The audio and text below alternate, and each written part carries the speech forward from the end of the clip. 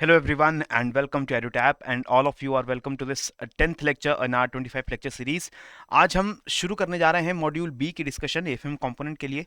और इस module B से we can expect in our examination that around 10 to 15 marks we can easily score out of this module, अगर हम ध्यान से इन लेक्चर्स को आप देख लेते हो, जहां हम मॉड्यूल बी में फाइनेंशियल स्टेटमेंट्स और जो फाइनल स्टेटमेंट्स बैंकिंग कंपनीज के द्वारा बनाई जाती हैं और balance sheet, profit loss account, cash flow statements, इन सभी के बारे में बेसिक डिटेल्स को क्लियर समझ लेंगे, राइट।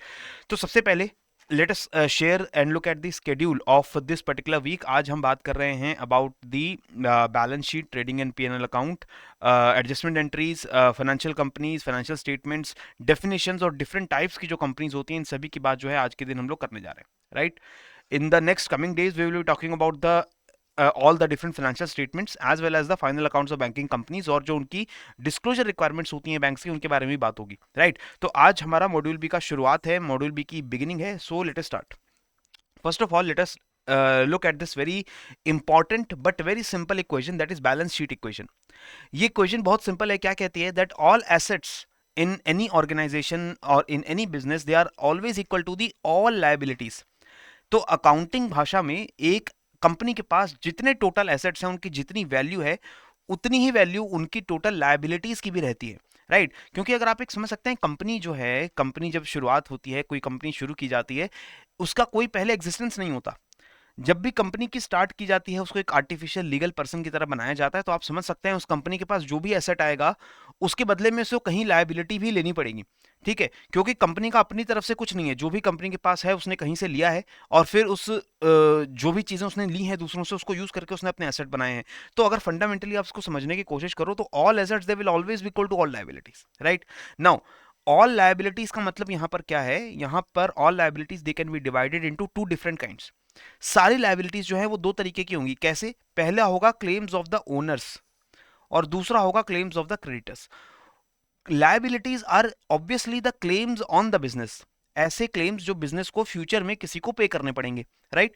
अब ये जो फ्यूचर में पेमेंट करनी पड़ सकती है, ये दो तरीके के लोगों को करनी पड़ सकती है। पहला है ओनर और दूसरा है क्रेडिटर। क्रेडिटर मतलब वो लोग जिनसे हमने लोन लिया है, राइट। और ओनर्स क्या है? जो ऑब्वियसली कंपनी के ओनरशिप में हिस्सा रखते हैं। इसमें शेयर होल्डर्स भी आते हैं, इसमें प्रमोटर्स भी आते हैं, ओनर्स भी आते हैं। अगर ये कंपनीज के अंदर ये कोई पब्लिक कंपनी है, प्राइवेट कंपनी है, तो इसके जो ओनर्स हैं, उनके पास जो भी उन्होंने पैसा लगाया बिजनेस के अंदर, वो भी एक लायबिलिटी है बिजनेस के ऊपर। क्योंकि वो जितना पैसा उन्होंने बिजनेस को दिया है, बिजनेस को उसी के हिसाब से प्रॉफिट्स उन सभी ओनर्स को भी देने पड़ते हैं, राइट। तो जितना टोटल कंपनी के पास एसेट है, सारे एसेट, उनकी सारी value is equal to the total claims of the owners, यानी कि the total equity of the share holders. अगर शेयर होल्डर्स हैं, पब्लिक लिमिटेड कंपनी है, तो जितने भी शेयर होल्डर्स हैं, उन्होंने जितना इक्विटी ले रखा है, जितना उन्होंने पैसा दे रखा है कंपनी को, वो सारी value plus the total liabilities. अगर उन्होंने कोई लोन लिया है किसी पर्टिकुलर बैंक से, या उन्होंने अपने सप्लायर से क्रेडिट पे सामान खरीदा है, या क्रेडिट पे उन्होंने कहीं से कुछ भी चीज जो है वो ली है, तो वो सारी चीजों को मिला करके एसेट्स के बराबर उनकी वैल्यू बननी चाहिए, ठीक है। ये बहुत ही एक फंडामेंटल इक्वेशन है, right. So all the assets they will always be equal to all the liabilities plus the capital. तो ये कैपिटल भी एक तरीके की लायबिलिटी है, which is the owners liability. तो ये ओनर की इक्विटी जो है, इसको हम कैपिटल बोलते हैं।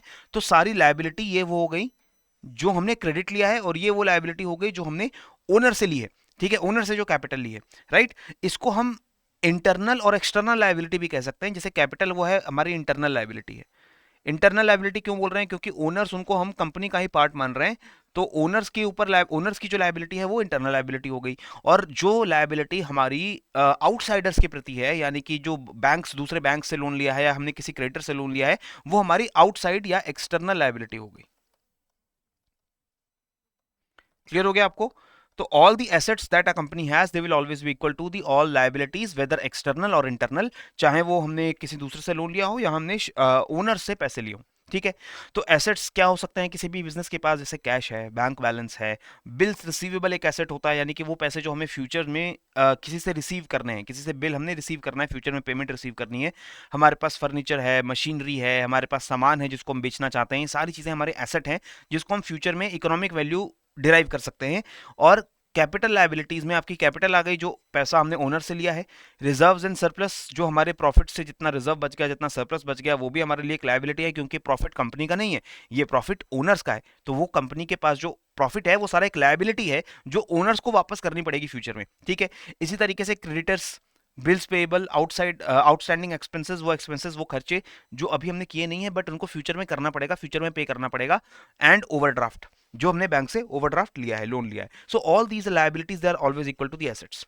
सो according to the equation A is equal to L plus C, ये इक्वेशन आपको ध्यान रखनी है, याद रखनी है।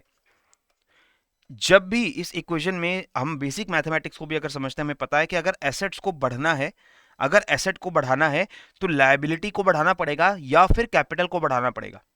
तो अगर आपको कभी भी अपने बिजनेस के अंदर एसेट बढ़ाना है, एसेट क्या हो सकता है, कैश, कैश मुझे बढ़ाना है अपने बिजनेस में, तो या तो मैं लायबिलिटी बढ़ा लूं, यानी कि मैं लोन ले लूं और लोन में कैश बढ़ जाएगा मेरे पास लोन लेकर, या फिर मैं ओनर से पैसे मांग लूं तो मेरे पास कैश बढ़ेगा। दूसरा तरीका क्या है कैश बढ़ाने का, मैं सेल करूं, सेल करूं तो उसका मतलब क्या है कि मेरा एक एसेट कम होगा और दूसरा एसेट आ जाएगा, यानी कि मैंने एक अपना पास जो इन्वेंट्री थी, अपने पास जो स्टॉक था वो स्टॉक बेच दिया और उसके बदले में कैश मिल गया। तो ठीक है, एसेट बढ़ाने का तरीका क्या है, या तो एक दूसरा एसेट कम कर दो या फिर आप लायबिलिटी बढ़ाओ या कैपिटल बढ़ाओ, राइट। दूसरा तरीका क्या है, अगर एसेट कम होंगे तो या तो लायबिलिटीज या कैपिटल कम होनी चाहिए या कोई दूसरा एसेट हमारा कम होना चाहिए, ठीक है। एक और सिचुएशन क्या हो सकती है, A is equal to L plus C, मेरा लायबिलिटी बढ़ रहा है बट एसेट नहीं बढ़ाना मुझे, तो हो सकता है मेरी कैपिटल कम हो रही हो, राइट, या मेरी कैपिटल बढ़ रही है और मेरी लायबिलिटी कम हो रही हो, तो भी मेरे एसेट्स में कोई चेंज हमें देखने को नहीं मिलेगा। So this is the equation which remains always balanced. Now look at certain simple questions which will be there in the examination based on this equation. Question देखिए, conversion of loan into equity results in what. Loan को equity में अगर convert करते हैं, loan क्या है, loan हमारी external liability है और इक्विटी क्या है, ये तो हमारी कैपिटल है। तो हमने इक्वेशन क्या देखी है, A is equal to L plus C. इसमें हमने लोन और इक्विटी यानी कैपिटल इनमें कन्वर्जन किया है, लोन को कैपिटल में कन्वर्ट कर दिया, लोन को कैपिटल में कन्वर्ट कर दिया है। सिंपल समझ आ रहा है, मैं लोन को इक्विटी में कन्वर्ट किया है। नाउ ऑप्शंस कौन सा यहां पे बेस्ट है, change in both assets and liabilities, there is no change in asset, asset में तो कोई चेंज नहीं है तो ये ऑप्शन गलत हो गया। Change in total assets only, assets में कोई चेंज नहीं हो रहा है, कोई दिक्कत नहीं है। Change in total liabilities only, ये लग रहा है ना, हाँ टोटल लायबिलिटीज में शायद चेंज आया होगा, लेकिन नेक्स्ट ऑप्शन क्या है, change in liabilities but total liabilities remain the same.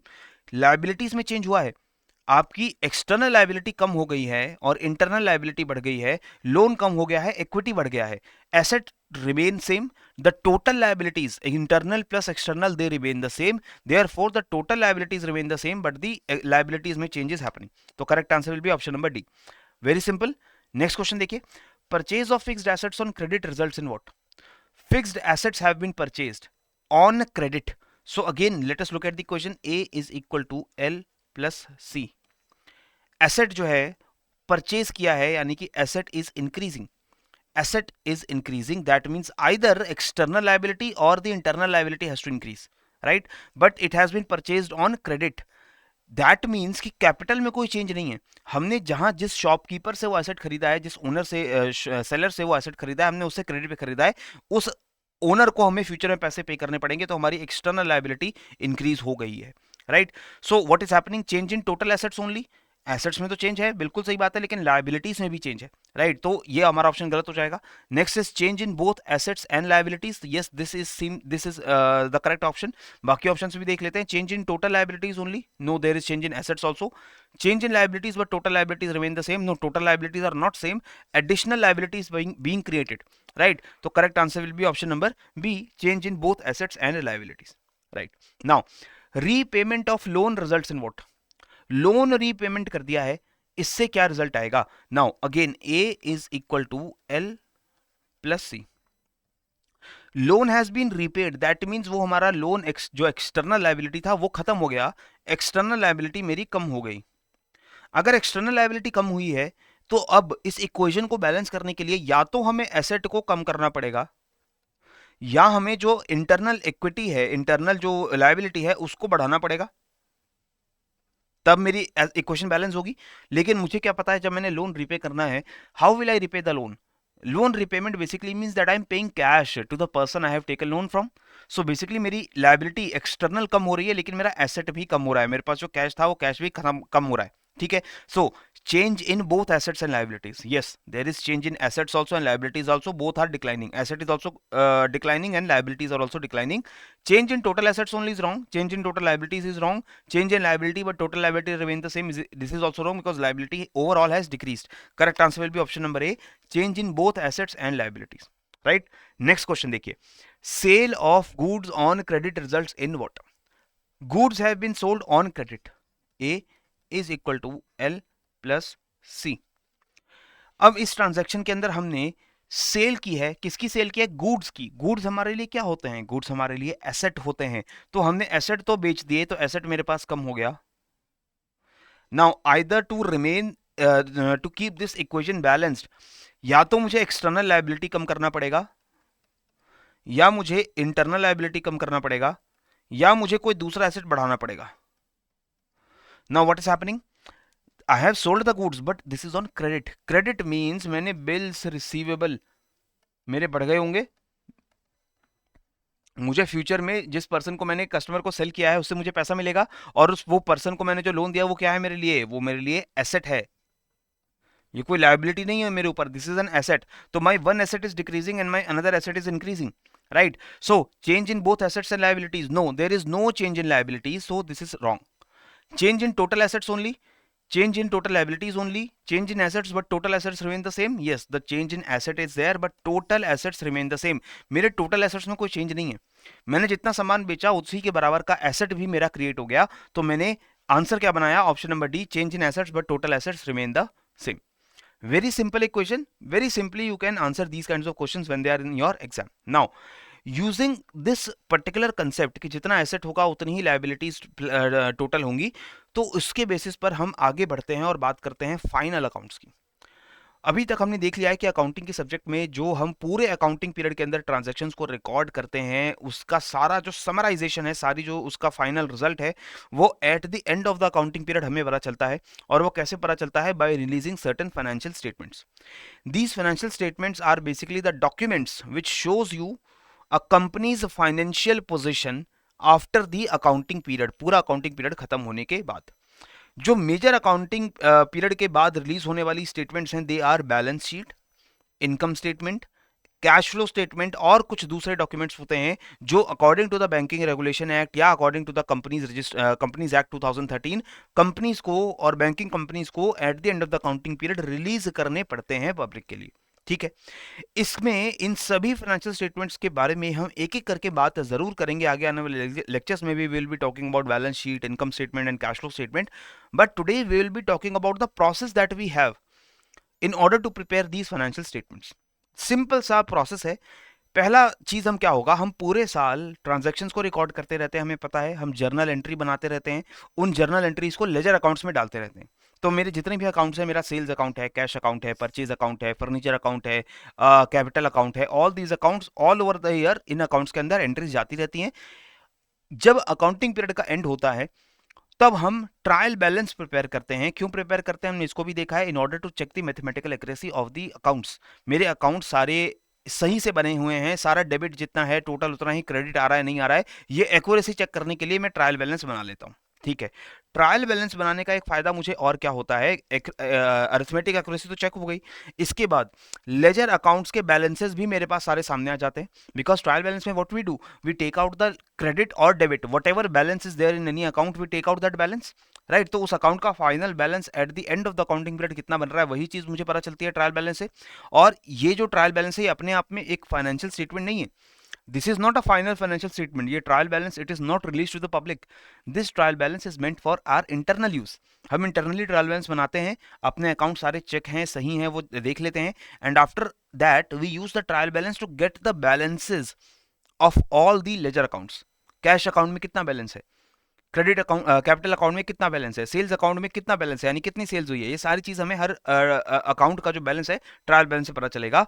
इसके बाद एडजस्टमेंट एंट्रीज, डेप्रिसिएशन की एंट्रीज, क्लोजिंग एंट्रीज ये पास की जाती हैं. ये कुछ फाइनल एंट्रीज हैं, ये फाइनल अकाउंट्स बनाने से पहले हम लोग पास करते हैं. क्यों पास करते हैं? डेप्रिसिएशन एंट्रीज फॉर एग्जांपल इसकी बात करें, why do we pass depreciation entries, we have already talked about that. At जो भी हमारे एसेट्स हैं, फिक्स्ड एसेट्स हैं, जो एक साल से ज्यादा टाइम के लिए हमें यूज करने हैं, उनकी कॉस्ट में हमें रिडक्शन करना होता है साल दर साल. तो ये रिडक्शन कैसे करते हैं?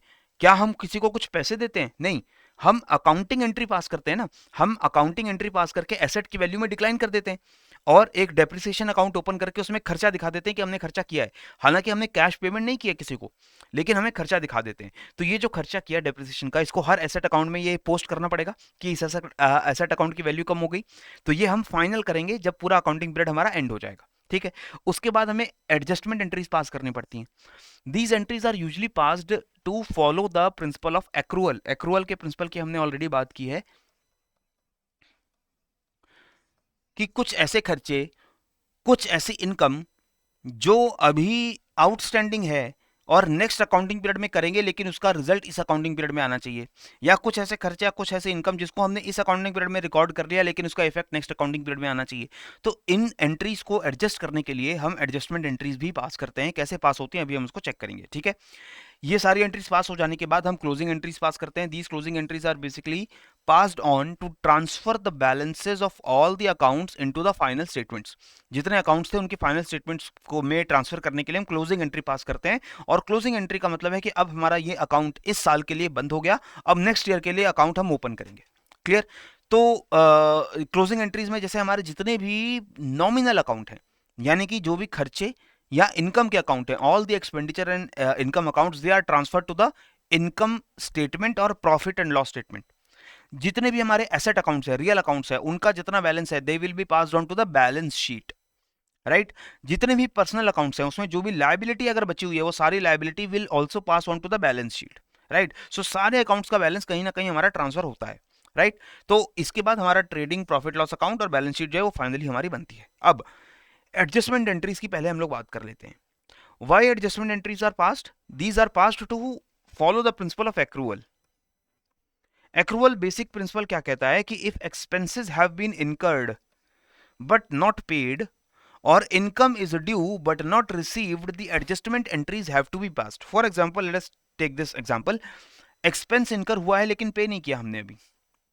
खर्चा हमारा हो चुका है लेकिन हमने एक्चुअल मनी पेमेंट खर्चे की नहीं है। जैसे salary for March is paid in April, so March 31st is the end of the accounting period and in the month of March employees को सैलरी देनी होती है। लेकिन जो मार्च की सैलरी है वो कब मिलेगी? वो अप्रैल के मंथ में मिलेगी, 1 या 2 अप्रैल को मिलेगी। और 1 और 2 अप्रैल को जो एंट्री आपको पेमेंट मिलेगी वो तो हमारा नेक्स्ट अकाउंटिंग पीरियड स्टार्ट हो गया। तो अब सैलरी तो मार्च की है और ये जो कंपनी खर्चा कर रही है, कंपनी जो सैलरी पे कर रही है, it is an expense for the company. So company के लिए जो खर्चा है वो इस 31 मार्च के पहले अकाउंटिंग पीरियड में रिकॉर्ड होना चाहिए। लेकिन because the salary is being paid in April, ये कब रिकॉर्ड हो जाता है? ये अप्रैल में रिकॉर्ड हो जाता है नेक्स्ट अकाउंटिंग पीरियड में। तो हमें पता है कि हमने सैलरी एक मंथ डिले में देनी है। We already know that the salaries for the month of March they are paid in the April. So हम एक एडजस्टमेंट एंट्री इसलिए पास करेंगे कि अप्रैल में पे होने वाली सारी सैलरीज उसको हम मार्च में इंक्लूड करें, ताकि मार्च 31 को जो हम प्रॉफिट लॉस अकाउंट बनाएंगे जिसमें हम खर्चे रिकॉर्ड करते हैं, उस एक्सपेंस के अंदर ये मार्च का सैलरी भी रिकॉर्ड हो। अदरवाइज ये मार्च की सैलरी तो नेक्स्ट अकाउंटिंग पीरियड में रिकॉर्ड हो जाएगी। तो नेक्स्ट अकाउंटिंग पीरियड के खर्चे और नेक्स्ट अकाउंटिंग पीरियड का जो इनकम स्टेटमेंट है वहां पर हमारा अप्रैल जो मार्च का है सैलरी वो चला जाएगा। तो हम ऐसा नहीं चाहते ना, तो इस वजह से हम एडजस्टमेंट एंट्री पास करेंगे। सिमिलरली एक दूसरा एग्जाम्पल क्या होगा? Advance expense done. खर्चे की पेमेंट हमने पहले कर दी है लेकिन वो खर्चा भी हुआ नहीं है। जैसे कि मैंने रेंट अप्रैल का मार्च में पे कर दिया, मैं एडवांस रेंट पे करता हूं अपने लैंडलॉर्ड को। रेंट अप्रैल का था लेकिन मैंने मार्च में पे किया है। ठीक है, इसका मतलब क्या हुआ कि एक्चुअल खर्चा हुआ नहीं है। खर्चा कब होगा? जब मैं अप्रैल में वो प्रॉपर्टी यूज करूंगा, रेंट जहां पर मैं रहता हूं। लेकिन खर्चा मैंने पहले कर दिया। तो अगर मैं अपना प्रॉफिट लॉस अकाउंट बना रहा हूं तो ये जो मैंने अप्रैल का रेंट दिया है ये मेरा नेक्स्ट अकाउंटिंग पीरियड का एक्सपेंडिचर है, लेकिन मैंने इसे मार्च में ही पे कर दिया। तो मैंने इसको पहले ही रिकॉर्ड कर दिया, यानी यहाँ रिकॉर्ड कर दिया है। नाउ एडजस्टमेंट एंट्री पास करनी पड़ेगी ताकि ये जो खर्चा यहाँ रिकॉर्ड हो गया है इसको नेक्स्ट अकाउंटिंग पीरियड में ट्रांसफर किया जा सके। तो this is the adjustment entry in order to make sure that all the expense and all the income वो उसके करेक्ट अकाउंटिंग पीरियड में चली जाए। ठीक है, दूसरा एग्जाम्पल, इनकम हमारी एक्रू हो चुके लेकिन हमने रिसीव नहीं की है। इनकम मेरी बनती है but I have not received it. For example fixed deposits I have opened with the bank. On fixed deposit I get an interest periodically. लेकिन वो इंटरेस्ट मैं रिसीव कब करूंगा, जब मेरा फिक्स्ड डिपॉजिट पूरा मेच्योर हो जाता है. तो अगर मैं 2 साल की 3 साल की एफडी ओपन करता हूं तो हर साल मुझे उस एफडी में इंटरेस्ट मिल रहा है. लेकिन एक्चुअल में इंटरेस्ट मैं रिसीव कब करूंगा, जब मैं 3 साल बाद वो एफडी मेरी जो है रिडीम कर लूंगा, पूरी एफडी में ब्रेकआउट कर लूंगा. तो क्या जब मैं 3 साल बाद एफडी ब्रेकआउट करूं तो सारा इंटरेस्ट इनकम मैं उसी साल में रिकॉर्ड करूं, या मैं तीनों साल में उस इंटरेस्ट इनकम को जितनी एक्चुअल हुई है वहां उस हिसाब से रिकॉर्ड करूं? तो ऑब्वियसली जिस साल में मुझे जितनी इंटरेस्ट इनकम मिल रही है मुझे उसी हिसाब से रिकॉर्ड करना चाहिए. और फाइनल ईयर में जो मुझे लमसम पूरा इंटरेस्ट मिलेगा उसको मैं डिस्ट्रीब्यूट करके दिखाऊंगा कि ये सारा इंटरेस्ट जो है पिछले अकाउंटिंग पीरियड्स की इनकम में मैं इंक्लूड कर चुका हूं. So again I will have to pass an adjustment entry, right.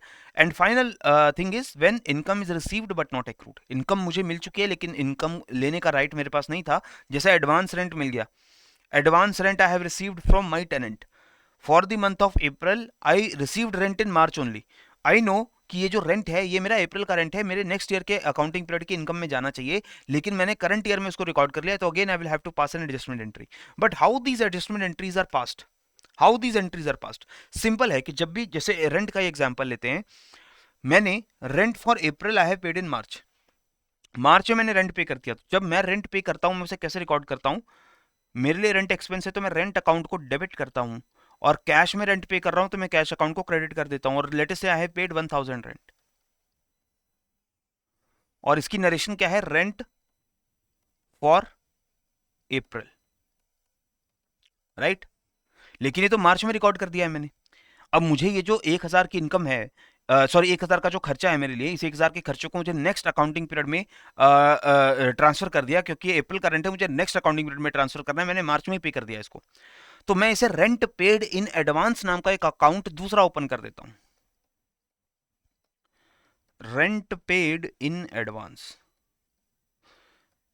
अब ये जो रेंट पेड इन एडवांस है, this is not an expense account, ये एक एसेट अकाउंट है. एसेट अकाउंट इसलिए है क्योंकि रेंट पेड इन एडवांस में जितना अमाउंट पड़ा हुआ है, इसका मतलब वो रेंट में ऑलरेडी दे चुका हूं, और वो मेरे लिए एसेट है, मुझे उसका बस फायदा उठाना है. खर्चा तो मैं कर चुका हूं, उसका फायदा मुझे उठाना है.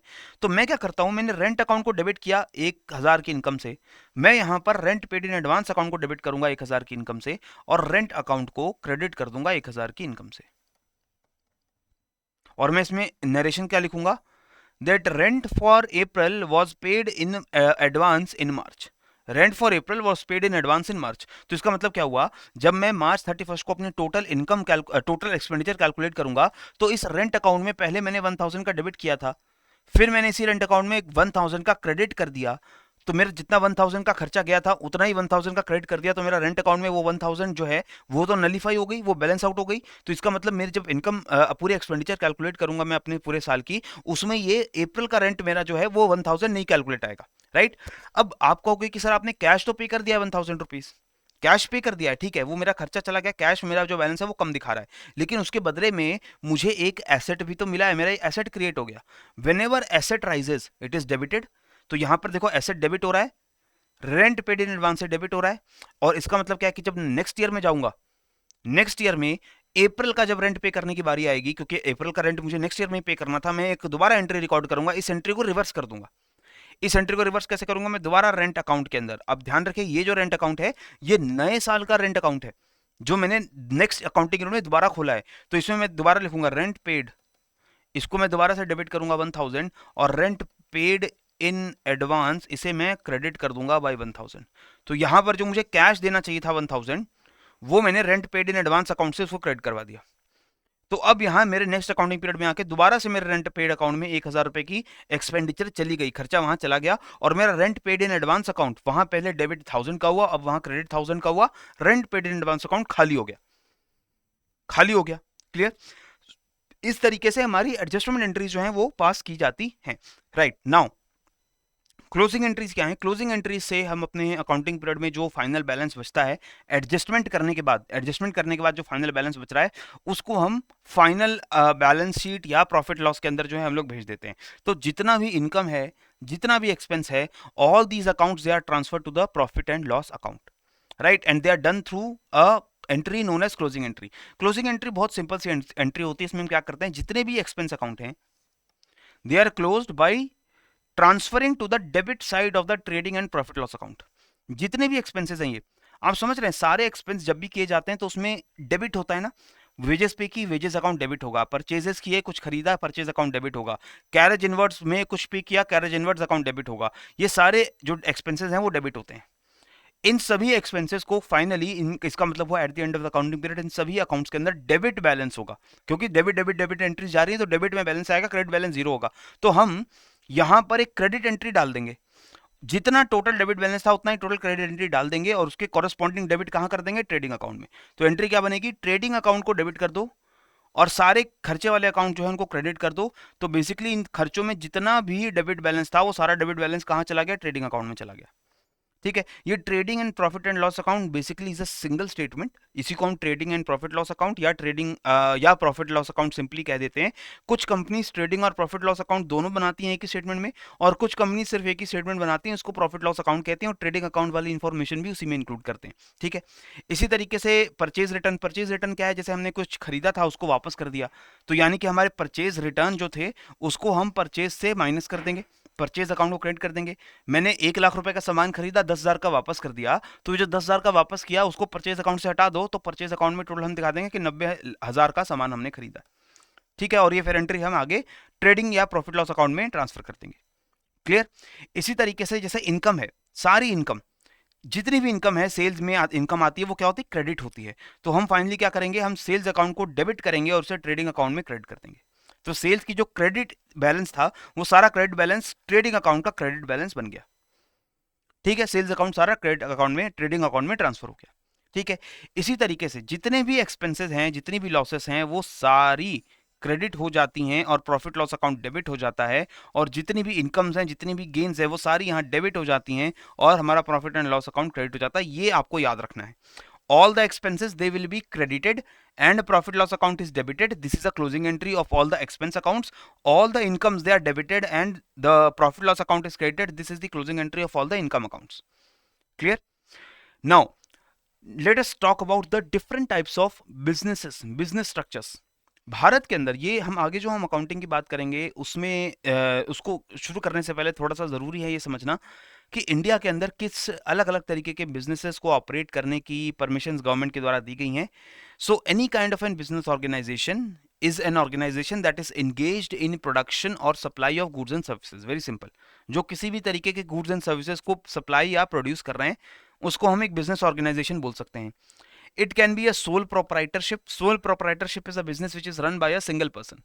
एक सिंगल पर्सन अपना बिजनेस रन कर रहा है। जैसे फॉर एग्जांपल कोई वकील है, वो वकील सिंगल अपनी प्रैक्टिस करता है और उसने अपनी एक सिंगल बिजनेस खोल लिया है, अपने एक लॉयरशिप फर्म खोल लिया, उसमें वही वकील है जो अपना सारा लेखा जोखा कर रहा है। एक सिंगल पर्सन है जो अपनी एक शॉप चलाता है और वो सारी शॉप उसने अपने नाम से ही ओपन किया और सारा जो भी उस शॉप का प्रॉफिट है वो उस पर्सन की इनकम होती है और जो भी लॉस हो रहा है वो उसी पर्सन का लॉस होता है। तो any person which is any business which is run by only a single person is a sole proprietorship. इसका मतलब ये नहीं है कि उस बिजनेस में इंप्लॉइज नहीं होंगे, ओनर सिर्फ एक होगा। ओनर सिर्फ एक होगा, उसने इंप्लॉइज रखे हो सकते हैं जिसको सैलरी दे रहा है, यानी कि एक बिजनेस के अंदर हो सकता है 100 लोग काम कर रहे हैं लेकिन ओनर एक ही है। सारा बिजनेस का जो भी खर्चा है वो सारा खर्चा वही ओनर करता है, सारी इनकम वही ओनर लेके जाता है, तो वो सोल प्रोपराइटरशिप है। ठीक है, next is partnership, is also kind of a business जहां पर कुछ लोग, ग्रुप ऑफ इंडिविजुअल्स आकर के एक प्री एग्रीड पार्टनरशिप में आते हैं। उस पार्टनरशिप में सब कुछ डिफाइन होगा कि किस पार्टनर की क्या रिस्पॉन्सिबिलिटी है, कौन सा पार्टनर कितनी इनकम जो है उस पार्टनरशिप से लेकर जाएगा, ये सारी चीजें उसके अंदर डिफाइन होंगी। ऑर्डिनरी पार्टनरशिप जो है इसमें मिनिमम 2 लोग हो सकते हैं, 2 लोग तो होंगे ही तभी पार्टनरशिप बनेगी, और मैक्सिमम 50 लोग तक जा सकते हैं। लिमिटेड लायबिलिटी पार्टनरशिप होती है, उसमें अनलिमिटेड पार्टनर्स होते हैं। इसमें बेसिकली एक कंपनी और जो पार्टनरशिप है उसके थोड़े बहुत एट्रीब्यूट आते हैं। बेसिक डिफरेंस क्या होता है, ऑर्डिनरी पार्टनरशिप में पार्टनर्स की जो लायबिलिटी है वो अनलिमिटेड होती है, लेकिन लिमिटेड लायबिलिटी पार्टनरशिप में पार्टनरशिप की लायबिलिटी लिमिटेड होती है। यानी कि कल को अगर बिजनेस लॉस में चला जाए तो ऑर्डिनरी पार्टनरशिप में सभी पार्टनर्स को पूरा लॉस जो है उठाना पड़ेगा मिलकर के। ठीक है, वो आपस में डिसाइड कर सकते हैं कि कौन सा पार्टनर कितना लॉस उठाएगा, लेकिन लिमिटेड लायबिलिटी पार्टनरशिप में जरूरी नहीं है कि हर पार्टनर को पूरा लॉस उठाना पड़े। उनकी लायबिलिटी कितनी है वो पहले से डिफाइन होगी कि अगर बिजनेस लॉस में जाता है, बिजनेस अगर कल को खत्म भी हो जाता है, तो कौन सा पार्टनर का कितना लायबिलिटी बनता है उस बिजनेस के प्रति। राइट। कॉर्पोरेशन, जो एक कॉर्पोरेशन होता है किसी कंपनी की तरह रजिस्टर्ड होता है किसी कंपनीज एक्ट के अंडर। इसी तरीके से आपकी लिमिटेड लाइबिलिटी कंपनी भी हो सकती है, कोऑपरेटिव्स होते हैं, नॉन प्रॉफिट होते हैं, सारे अलग अलग तरीके के ऑर्गेनाइजेशंस होती हैं। राइट। नाउ इसमें एक बहुत इंपॉर्टेंट टाइप की जो ऑर्गेनाइजेशन है वो है कंपनी। कंपनी क्या है? Company is a organization which is registered और incorporated under the companies act 2013। तो कंपनीज एक्ट 2013 इंडिया का कहता है, इसका सेक्शन 20 कहता है कि any company is a company which is incorporated under this act और under any previous customary company law. तो इसका मतलब है कि कंपनी लॉ के अंदर कोई कंपनी जो अगर इनकॉर्पोरेट की गई तो उसको हम बोलेंगे कंपनी। डिफरेंट टाइप्स की कंपनीज हैं, हमको पता है, जैसे इनकॉर्पोरेशन के बेसिस पे charter company. Charter companies are usually, were existing in the earlier times when there was a time of kings and queens. आज भी जहाँ कुछ देशों में monarchies हैं वहाँ पर चार्टर्ड कंपनी चलती हैं। These companies are basically given charter by the monarch, जो अपना एक परमिशन देते हैं कि आप एक कंपनी ओपन कर लीजिए, और उस चार्टर में उस कंपनी की सारी टर्म्स एंड कंडीशंस लिखे होते हैं कि कंपनी की क्या रिस्पॉन्सिबिलिटी है, क्या रूल्स एंड रेगुलेशंस उनको फॉलो करने हैं, ये सारी चीजें उस चार्टर के अंदर लिखी होती हैं। सो बेसिकली एक तरीके का लॉ से बनी हुई कंपनी है, लेकिन ये लॉ पार्लियामेंट ने पास नहीं किया है, इसको किसी क्वीन और क्वीन ने परमिशन, किंग और क्वीन ने परमिशन दी है। ठीक है। फिर आती statutory company. This is a law passed by any parliament. जहां पर लॉ के अंडर कंपनी बनेगी तो वो स्टैट्यूटरी कंपनी होगी, जैसे एलआईसी है, एसबीआई है। एक लॉ बना अलग से और उसके अंदर कंपनी बनी। ठीक है। तो आप कहेंगे कि सारी कंपनीज कंपनीज एक्ट के अंदर रजिस्टर होती हैं तो सारी कंपनी स्टैट्यूटरी हो गई? नहीं नहीं नहीं। एक कंपनी को बनाने के लिए स्पेशलाइज अगर लॉ पास किया जा रहा है तब वो जाकर के एक स्टैट्यूटरी कंपनी है। जो कंपनीज कंपनीज एक्ट के अंदर रजिस्टर्ड है उनको बोलेंगे रजिस्टर्ड कंपनीज, क्योंकि उन सभी कंपनीज के लिए अलग से लॉ पास नहीं हुआ है। All those companies were registered under a single law. Next is foreign company, obviously जो दूसरी देशों में बनी हुई कंपनीज और इंडिया में ऑपरेट करती हैं। नेक्स्ट इज ओनरशिप के बेसिस पे प्राइवेट कंपनी होगा, जो प्राइवेट इंडिविजुअल्स ओन करते हैं। सारी कंपनी की जो कैपिटल है वो प्राइवेट लोगों के पास है। पब्लिक कंपनी होती है जिसके शेयर्स पब्लिक को भी बेचे जाते हैं, जिसके बहुत सारे ओनर्स हो सकते हैं, शेयर होल्डर्स बहुत सारे हो सकते हैं, वो पब्लिक कंपनी बन जाती है। इसको कंफ्यूज मत करिएगा, कई बार इंडिया में हम गवर्नमेंट कंपनीज को भी पब्लिक कंपनी कहते हैं। वो पब्लिक सेक्टर अंडरटेकिंग से इसे कंफ्यूज मत करिएगा, पब्लिक सेक्टर मत समझिएगा। Public company basically means a company which has public as its share holders. Public के कई लोग इसके शेयर होल्डर्स हैं। यूजुअली जो स्टॉक एक्सचेंज पे चलने वाली कंपनीज हैं जैसे रिलायंस हैं और आपकी टाटा की कंपनीज हैं, these are public companies. Right. Next is government company. Government companies are those companies obviously which are owned by the government. Right. Holding company, subsidiary company और those companies which are owned by another company, इनका owner कोई दूसरी company है तो वो holding company, subsidiary company बन जाती है। ठीक है। Based on liability, companies which are limited by shares, company जिनकी लायबिलिटी शेयर्स के ऊपर लिमिटेड है, यानी कि जिस पर्सन के पास, जो उस कंपनी के शेयर होल्डर्स हैं, उनके पास जितने शेयर हैं उतनी ही लायबिलिटी उनकी कंपनी के प्रति है। कंपनी लिमिटेड बाय गारंटी, यहाँ पर जो ओनर्स हैं वो गारंटी देते हैं कि कंपनी के कल को अगर लॉस में या कंपनी कल को बैंकरप्ट होती है तो मैं इतनी गारंटी देता हूँ कि इतनी जो लायबिलिटी है वो मैं एक्सेप्ट करूंगा। और companies with unlimited liability where the liability of the owners of the company is unlimited. Company कल को कितने भी लॉस में चली जाए, सारा का सारा लॉस जो है वो ओनर्स को पिकअप करना पड़ेगा। राइट। सो ये अलग अलग तरीके की कंपनीज के जो ओनरशिप या इनकॉर्पोरेशन या लायबिलिटी के ऊपर बेसिस है, इसको आप थोड़ा सा ध्यान में याद रखेंगे। ठीक है। कंपनीज के फीचर्स क्या हैं? सबसे पहले तो कंपनीज को कंपनीज एक्ट में रजिस्टर होना पड़ेगा। उसके बाद companies they have an artificial legal entity. That means वो एक नेचुरल पर्सन नहीं है, लेकिन अगर हम लीगल अफेयर्स में समझे तो वो एक बिल्कुल इंडिपेंडेंट पर्सन की तरह काम करेंगे। वो एक लीगल कॉन्ट्रैक्ट में जा सकते हैं, उनके ऊपर केस किया जा सकता है, उन कंपनीज के ऊपर फाइन लगाया जा सकता है। राइट। और वो कंपनीज भी किसी दूसरे के ऊपर केस कर सकती हैं। ठीक है। इसके बाद companies they have a perpetual succession, that is the death और insolvency of the share holder does not affect the existence of the company. कल को अगर शेयर होल्डर्स की या ओनर की डेथ हो जाती है तो वो कंपनी जो है वो ऐसा नहीं है कि बंद हो जाएगी, कंपनी ट्रांसफर कर दी जाएगी किसी और को, लेकिन कंपनी चलती रहेगी। राइट। लेकिन अगर आप सोल प्रोप्राइटरशिप की बात करें, अगर सोल प्रोप्राइटरशिप में प्रोप्राइटर की ही डेथ हो जाती है कल को, तो बिजनेस बंद हो जाएगा, क्योंकि उसका कोई ट्रांसफरेंस वहां पर नहीं हो पाएगा। राइट। अनलेस एंड अनटिल जो प्रोप्राइटर है वो अपनी डेथ से पहले वो बिजनेस किसी और को ट्रांसफर ना करे। ठीक है जी। इसके बाद कॉमन सील होती है कंपनीज की। कंपनीज के पास एक सिग्नेचर, एक सील होता है, जैसे कि एक स्टैंप लगती है, and it is fixed on important documents. Although 2015 में कंपनीज एक्ट को अमेंड किया गया और उसके बाद ये जो सील को मैंडेटरी बनाने वाला प्रोविजन है वो हटा दिया गया था। Now the seal is optional, and certain documents के लिए सील ऑप्शनल है, आप लगाना चाहें तो लगा सकते हैं, लेकिन कुछ डॉक्यूमेंट्स पे वो अभी भी मैंडेटरी होती है। ठीक है। इसके बाद limited liability, liability of the members in a company is limited to the value of shares they hold. तो आप कंपनी के जितने परसेंट के मालिक हैं, 10% के, 15% के, जितने परसेंट आपके पास शेयर्स हैं उतने ही परसेंट आपकी लायबिलिटी उस कंपनी के प्रति बनती है। इसके बाद separation of the management from ownership. Ownership is different and the management is different. यानी कि कंपनी के शेयर्स रखने वाले लोग, कंपनी को ओन करने वाले लोग अलग हैं, और कंपनी के बोर्ड ऑफ डायरेक्टर्स अलग होंगे। ठीक है, ये जो बोर्ड ऑफ डायरेक्टर्स हैं ये कंपनी को मैनेज करते हैं, डिसीजन मेकिंग अथॉरिटी हैं। हाँ, इस बोर्ड ऑफ डायरेक्टर में ओनर्स भी पार्टिसिपेट करेंगे, जरूरी नहीं है कि ओनर्स इसमें पार्टिसिपेट ना करें, owners will be part of the board of directors, but board of directors में आपके इंडिपेंडेंट डायरेक्टर्स भी होंगे, एम्प्लॉइज के जो रिप्रेजेंटेटिव्स हैं वो भी होंगे। तो बोर्ड ऑफ डायरेक्टर्स एक क्यूमुलेटिव बॉडी होगी जो कंपनी के डिसीजन मेकिंग का काम करेगी, सिर्फ ओनर्स के ऊपर पूरा रिलाई नहीं करेगा कि कंपनी का डिसीजन मेकिंग कैसे होगा। ठीक है, ट्रांसफरेबिलिटी शेयर्स की होती है। कंपनी अगर पब्लिक कंपनी है जो पब्लिकली ट्रेड हो रही है, उसके शेयर्स पब्लिकली ट्रेड होते हैं, तो वो उसके शेयर्स फ्रीली ट्रांसफरेबल हैं। लेकिन अगर प्राइवेट कंपनी है, प्राइवेट लिमिटेड कंपनी है, तो इसका मतलब उसके जो शेयर्स हैं वो पब्लिक में ट्रांसफर नहीं हो सकते। वो आपस में जो प्राइवेटली उस कंपनी को ओन करने वाले लोग हैं उन्हीं के बीच में आपस में ट्रांसफर हो सकते हैं। ठीक है, लार्ज मेंबरशिप होती है प्राइवेट लिमिटेड कंपनी में, 200 से 200 मेंबर हो सकते हैं, 2 मेंबर्स तो कम से कम होने चाहिए, अदरवाइज वो सिंगल पर्सन कंपनी बन जाएगी। या फिर 200 तक मेंबर्स उस प्राइवेट लिमिटेड कंपनी के हो सकते हैं। लेकिन अगर आप पब्लिक लिमिटेड कंपनी ओपन करना चाहते हैं तो पब्लिक में तो अनलिमिटेड शेयर होल्डर्स हो सकते हैं, लाखों में शेयर होल्डर्स कंपनीज के होते हैं, पर मिनिमम 7 होने चाहिए, minimum 7 should be there. Next is minimum paid up capital.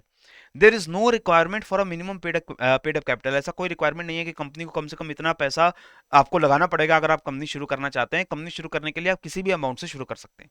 ठीक है, इसके बाद partnership versus limited liability companies. Partnerships they are obviously, नाम से पता चल रहा है कि एक पार्टनरशिप है जहां पर 2 से ज्यादा लोग साथ में आकर के मिलते हैं और काम करते हैं। So in partnerships foundation of partnership is very easy, because यहाँ पर लीगल फॉर्मेलिटीज बहुत कम होती हैं। लेकिन जो लिमिटेड लाइबिलिटी कंपनीज हैं इनकी फॉर्मेशन थोड़ी डिफिकल्ट होती है, क्योंकि यहाँ पर थोड़ी ज्यादा रेगुलेशंस इन्वॉल्व होते हैं, फॉर्मेलिटीज, पेपर वर्क इन्वॉल्व होता है। पार्टनरशिप का रजिस्ट्रेशन कंपलसरी नहीं होता है। रजिस्ट्रार ऑफ फर्म्स में जाकर के आप पार्टनरशिप को रजिस्टर करवा सकते हैं, but this it is not mandatory. While LLC limited liability company, इनकी रजिस्ट्रेशन आपकी जरूरी होती है। मिनिमम 2 मेंबर होते हैं पार्टनरशिप के, मैक्सिमम 100 हो सकते हैं। अगर आपकी ऑर्डिनरी पार्टनरशिप है या आपकी लिमिटेड लायबिलिटी पार्टनरशिप है, पार्टनरशिप का नंबर जो है वो चेंज हो सकता है। हालांकि अलग अलग जो लॉज हैं वो डिफरेंट टाइप्स की पार्टनरशिप्स के लिए जो मैक्सिमम लिमिट है उसे कैप करके रखते हैं। ठीक है, बैंकिंग कंपनीज के लिए फॉर एग्जांपल पार्टनरशिप जो है वो 10 पे कैप होती है, कि अगर आप कोई बैंकिंग सर्विस की पार्टनरशिप यूज करना चाहते हैं तो उस पार्टनरशिप में 10 से ज्यादा लोग आप नहीं रख सकते अगर आप पार्टनरशिप बना रहे हैं, अदरवाइज आपको कंपनी बनानी पड़ेगी। ठीक है, लिमिटेड लायबिलिटी कंपनी में मिनिमम 2 मेंबर होते हैं और मैक्सिमम 200 होते हैं अगर वो प्राइवेट कंपनी है, और अनलिमिटेड होते हैं अगर पब्लिक कंपनी है। अनलिमिटेड लायबिलिटी होती है पार्टनर्स की in partnerships, while the LLC the partnership is limited to the share holders. जितने शेयर्स हैं उसके हिसाब से आपकी पार्टनर जो आपकी लायबिलिटी है वो लिमिटेड होगी। Partnerships do not have a perpetual existence, there existence is dependent upon the partners. Partners जब तक रहेंगे तब तक वो पार्टनरशिप रहेगी। लेकिन लिमिटेड लायबिलिटी कंपनीज में परपेचुअल एग्जिस्टेंस है, पार्टनर्स कल को रहें या ना रहें, ठीक है, वो कंपनीज के जो शेयर होल्डर्स हैं वो रहे ना रहे, उनके शेयर किसी को ट्रांसफर हो जाएंगे, कंपनी जो है वो चलती रहेगी। ठीक है, share in partnership can not be transferred outside of the partners. Partners की कंसेंट के बिना किसी को आप शेयर्स ट्रांसफर नहीं कर सकते, लेकिन शेयर्स फ्रीली ट्रांसफरेबल होते हैं पब्लिक लिमिटेड कंपनीज के लिए। अदरवाइज अगर प्राइवेट लिमिटेड कंपनीज हैं तो वहां भी रिस्ट्रिक्शंस होती हैं कि आपको कंसेंसस लेना पड़ेगा कि किसको आप शेयर ट्रांसफर करेंगे। ठीक है, गवर्नमेंट कंट्रोल पार्टनरशिप पे उतना ज्यादा नहीं होता है, लेकिन कंपनीज पे गवर्नमेंट का स्ट्रिक्ट कंट्रोल होता है। ये डिफरेंस पॉइंट्स जो हैं वो आप याद रखेंगे कि what are the points of differences between the partnerships and LLCs. Right, now answer me this, which of the following is not a feature of a joint stock company. इसमें से क्या जॉइंट स्टॉक कंपनी का feature नहीं है? It has an independent legal status, yes ये एक feature है, इसलिए आंसर नहीं बनेगा। Common seal is mandatory to be fixed in all important documents, सभी डॉक्यूमेंट्स पे कॉमन सील मैंडेटरी होता है, तो मैंने आपको भी बताया ये मैंडेटरी नहीं है। 2015 से पहले मैंडेटरी था, लेकिन 2015 में there was an amendment made to the companies act and the partnership this seal of the business, it was made voluntary or optional for certain kinds of important documents. Right, member liability limited होगी, बिल्कुल सही बात है, limited liability रहती है companies के अंदर, perpetual succession रहता है, ये भी बिल्कुल सही बात है। Right, so correct answer is option number B. So this is all for this particular video. Here we briefly discuss the different types of companies, the process of making our final statements, and in the next video we'll be talking about the final statements, the balance sheet, income statement, profit loss statement, and your cash flow statement in the next video. तब तक के लिए पढ़ते रहिए, बढ़ते रहिए. जय Hind and जय भारत.